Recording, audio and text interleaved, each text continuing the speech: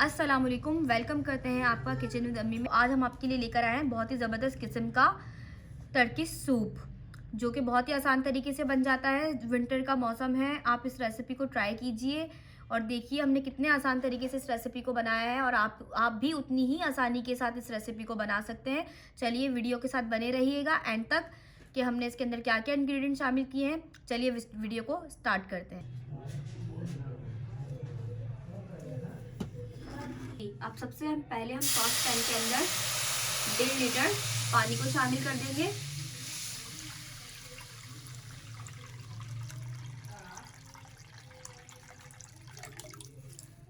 अब इसके अंदर हम आधा किलो चिकन शामिल करेंगे, हड्डी वाला, क्योंकि हमें यखनी बनानी है। तो आप कभी भी बोनलेस गोश्त मत लिएगा, वरना उसमें तो रस ही नहीं आएगा। तो आप क्या करेंगे, सब हड्डी वाला गोश्त लेकर इसकी यखनी बनाएंगे। थोड़ा सा आंच को करेंगे हम तेज, ताकि इसके अंदर बॉईल आ जाए।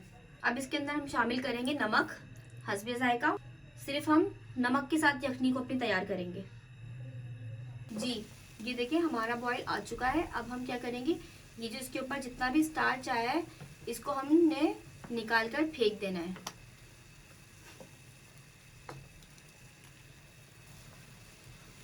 जी ये देखिए हमारा स्टार्च रिमूव हो चुका है। अब हम इसको आंच हल्की कर देंगे और इसको बिल्कुल मीडियम टू लो फ्लेम के ऊपर इसको हम कम से कम भी आधे घंटे के लिए पकोने के लिए रख देंगे। ये देखिए आधे घंटे से 45 मिनट तक के हमारे हो चुके हैं। यखनी हमारी बहुत अच्छे से तैयार है और ये देखिए इसने ऑयल भी छोड़ दिया है। अब हम क्या करेंगे, इसमें से हम निकाल लेंगे चिकन के पीसेस को। अब हम इसको कांटे की मदद से इस तरह श्रेड कर लेंगे।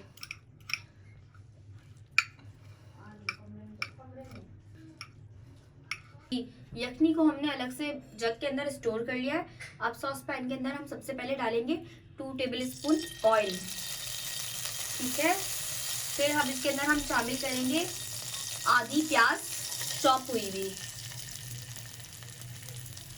इसको हम पिंक कर लेंगे।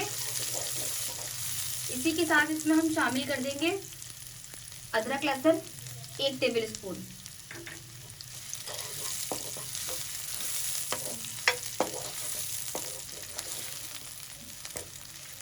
जी ये देखिए अदरक लहसुन की हमारी खुशबू आना शुरू हो गई है और प्याज भी हमारे ट्रांसपेरेंट हो गए। अब इसके अंदर हम शामिल करेंगे आधा पाव गाजर, जिसको हमने इस तरह बारीक कद्दूकस कर लिया है।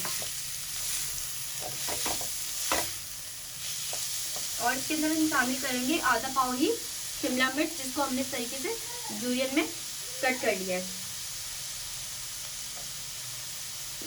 अब इसमें हम शामिल करेंगे सफेद कुटी हुई मिर्च 1 टेबलस्पून, काली कुटी हुई मिर्च 1 टेबलस्पून, और इसको हम अच्छे से भून लेंगे। इसके अंदर हम हल्के जायका नमक भी शामिल करेंगे, क्योंकि हमारी यखनी में नमक कम था, इसीलिए हम इसमें नमक शामिल कर रहे हैं। और इसके अंदर अब हम शामिल करेंगे 2 टेबलस्पून भर के मैदा। अब इसके साथ हम अच्छे से इनको भूनेंगे। आपने ये बिल्कुल दरमियानी आंच के ऊपर करना, तेज आंच के ऊपर नहीं करना।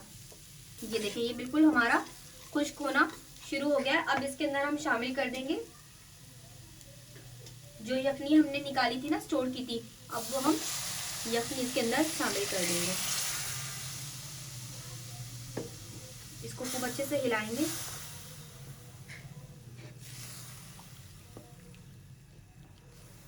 अब इसके अंदर हम 100 ग्राम स्पेगेटी को शामिल कर देंगे और इसको 15 मिनट के लिए दरमियानी आंच के ऊपर इस तरीके से हिलाते हुए हम इसको कुक कर लेंगे। अगर आप हिलाएंगे नहीं तो क्या होगा, स्पेगेटी सब आपस में जुड़ जाएगी। जी नाजरीन ये देखिए इस वक्त मुझे ये थोड़ा सा ज्यादा गाढ़ा गाढ़ा लग रहा है, तो अब मैं क्या करूंगी, इसके अंदर बॉयल पानी आधा जग शामिल कर दूंगी, क्योंकि अभी ये कम से कम भी 15 मिनट के लिए और कुक होगा।